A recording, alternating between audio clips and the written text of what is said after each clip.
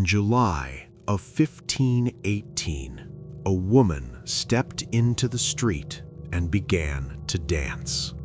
There was no music, no celebration, no festival.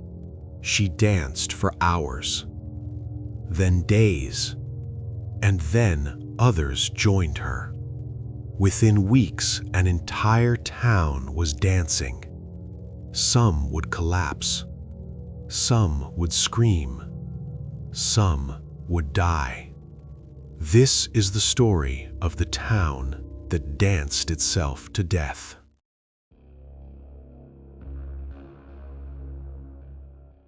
The city was Strasbourg.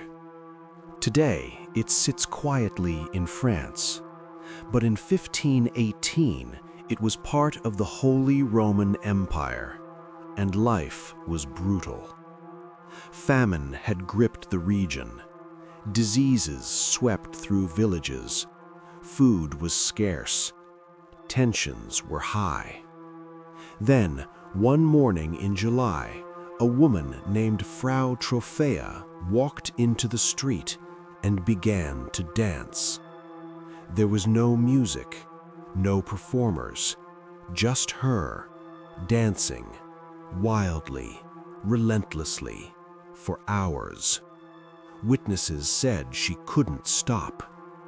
By the second day, she was still moving. By the third, her feet were bloodied, but she kept dancing. Within a week, dozens had joined her. Men, women, young, old. They danced uncontrollably, screaming in pain, begging for mercy, but still moving. The city authorities were horrified. What do you do when your town is dancing itself to exhaustion? Their solution?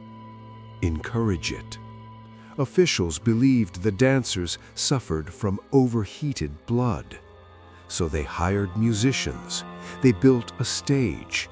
They told them to dance it out. The music played louder.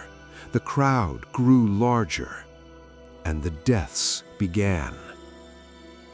Historical records suggest that at its peak, up to 400 people were dancing. Some collapsed from heart attacks, some from strokes, others from pure exhaustion. Reports claim up to 15 deaths per day, bodies falling to cobblestone streets while others danced around them. No one understood why. Priests blamed sin. Doctors blamed blood imbalance.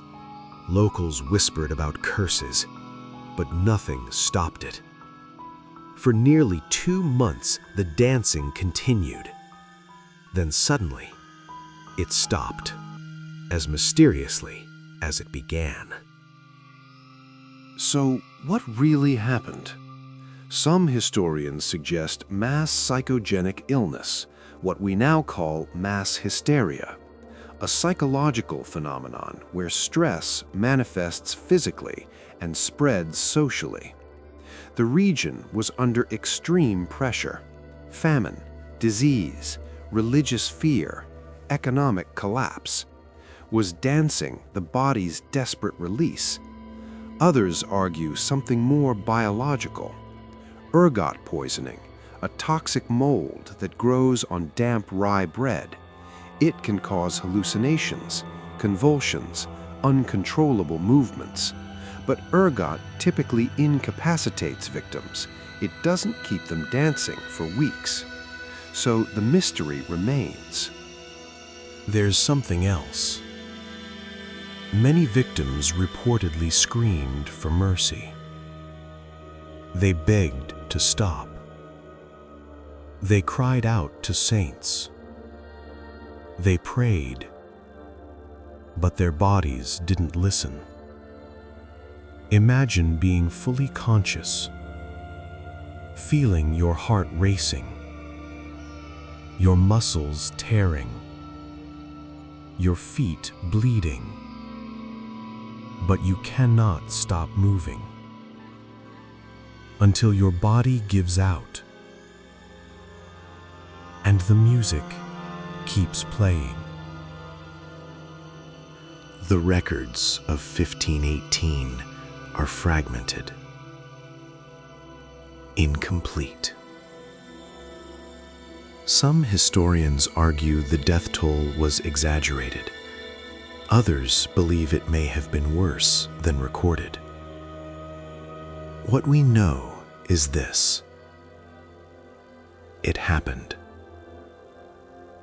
City archives confirm it. Medical notes reference it. Church records describe it. Yet somehow, it's rarely discussed. Hundreds dancing in the streets, people dying from movement. And then, silence. Why is this not one of the most famous tragedies in European history? The human mind is powerful. Under enough pressure, it can break. In 1518, it may have broken an entire town. But here's the question that lingers. If extreme stress could cause a city to lose control once, could it happen again? History doesn't always disappear. Sometimes it waits.